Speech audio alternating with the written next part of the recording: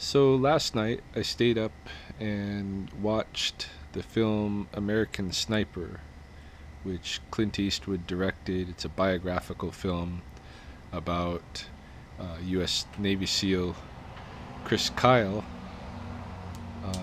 and his four or so tours in Afghanistan, um, and then his subsequent death via murder by one of his therapy clients, a fellow veteran who was suffering PTSD, who Chris had taken out to do some shooting at a range.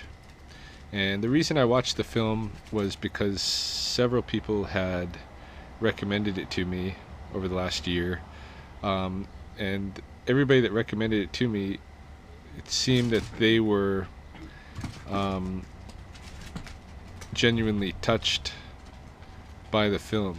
I mean, they would not only ask if I had seen the film and tell me they thought it was a good film and point me in that direction, but they wanted to lay out. They wanted to talk about the whole plot. They wanted to talk about it because something in it had really touched them. A lot of people thought it was a very sad film for the fact that this guy was killed ultimately by a member of his own country and his own force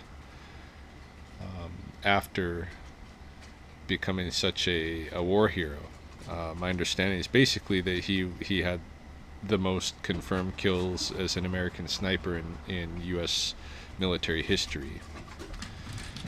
In any case, so I watched the film last night, and I wanted to find out how I would react to it, given my own personal history, because I'm a guy who grew up very much entrenched in that same American ethos as Chris Kyle, and joined the U.S. military for the same reasons that Chris did, actually.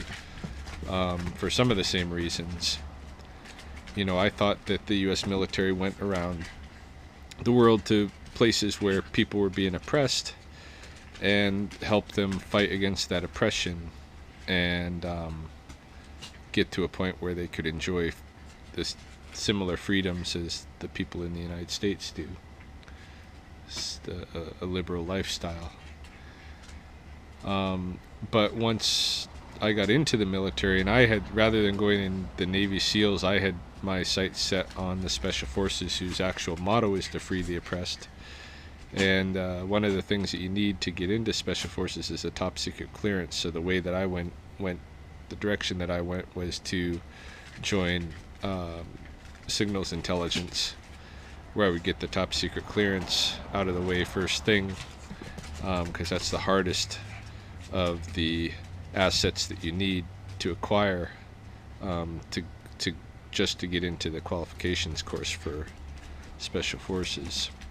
But while there, you know, even just 6 months in, I pretty much figured out that the narrative I'd been led to believe as a patriotic American boy was terribly misleading, and what the U.S. was engaging in terms of its warfare around the world was not necessarily to help install any freedoms or to help oppressed peoples or what have you, but that the U.S. was more likened in my mind to kind of the Empire in Star Wars. And as we see in the movie, we have Marines serving as basically like stormtroopers, going through urban areas, kicking down doors, and looking for the so-called bad guys, these radical Taliban types. But I feel like these guys are no more radical than the military forces of the U.S. And in fact, we see throughout most of the film this parallel between a Taliban sniper and Chris Kyle. And ultimately they're hunting each other throughout the film. I thought that was interesting of Eastwood to include, although he definitely did seem to me to be playing up the usual narrative that these people in Afghanistan are being oppressed, and that the reason for American troops being there is to help those people, and to supposedly protect the United States itself from being attacked by those people. There's a good scene in the movie I recall where one of the guys is questioning what it is they're doing there, one of the SEALs. Why are they there? And one of the others reminds him that, do you want these guys coming to San Diego or New York? That they're not just there to protect some piece of dirt. They're there to keep these radical Taliban folks from being able to come over to the U.S. and start trouble right on the homeland. So anyway, watch the film. I thought it was really well directed. I think it was the most realistic kind of on the ground warfare film about this era of fighting in the Middle East that I've seen as yet. The acting was good, the storyline was good. I had no problem all the way along suspending my disbelief and getting into the film. But what I found, and ultimately what the point of this review is, that I did not have any kind of emotional reaction to the end of the film where Chris Kyle is killed. And this is nothing, not to say anything bad about anybody that did have that kind of reaction, or to Chris Kyle's family, or of course to the people that were involved in making the film, and Clint Eastwood and all these guys. Not to say anything bad about any of them, but what I think is that if you have an emotional reaction to that film, it's quite likely that you are in a cult-like way programmed into a certain narrative, because I've broken from that narrative myself, and it shows, because I watch a film like this and it doesn't have any strong emotional effect on me. Other films I do have strong emotional effects, but I think the big thing that triggers people to respond to this film is that it's an all-American boy out there to protect other people, and his dad raised him that way, to protect other people, and he went out there and he did it, and he became this big hero, and then he gets killed at home by another veteran.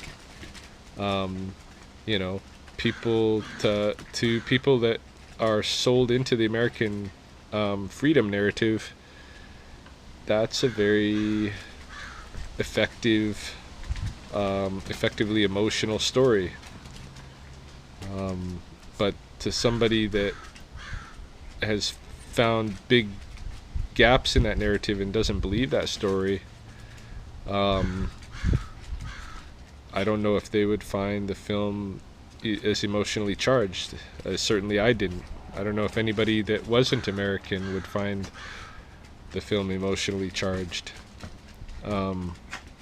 Maybe some would, if they've kind of part of the European colonies elsewhere and hold some of that aspects of that ethos themselves. But yeah, I didn't find it that way, and so for me it was just a reminder that that I've been basically cleared. I've been deprogrammed, that I don't have that belief in me anymore, and I think that's a good thing. I think that's a healthy thing for me. And